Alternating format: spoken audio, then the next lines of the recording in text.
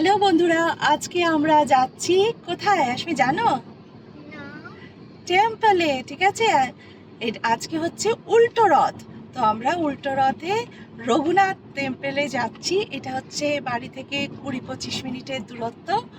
তো দেখি কেমন আসবি। তো অনেক দিন বাদে রথ ব্যাপারটা দেখবে। অনেক ছোটবেলায় টেনেছিল রথ, কিন্তু ভুলে গেছে। হ্যাঁ, দাদার সাথে টেনেছিল ইন্ডিয়াতে, বাট এবার গিয়ে যদি দেখে মনে পড়ে আর কি। চলো তাহলে, আমরা রঘুনাথ টেম্পলে এসে গেছি। আর এই যে দেখাই তোমাদের, এই দেখো টেম্পলটা, এই টেম্পলটা সাজুগুজি করে ফেলেছে, সালভার পরে ফেলেছে, তাই তো?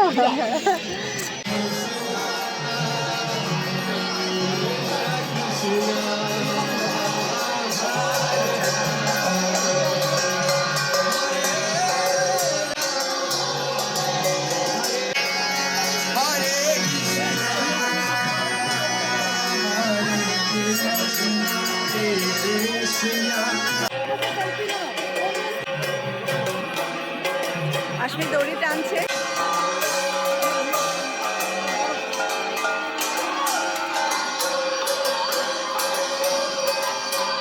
আশমি দেখাও।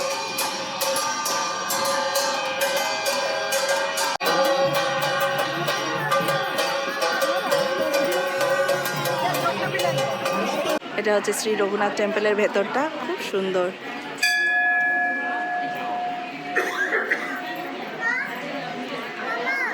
এক মিনিট না, ঘন্টা বাজা।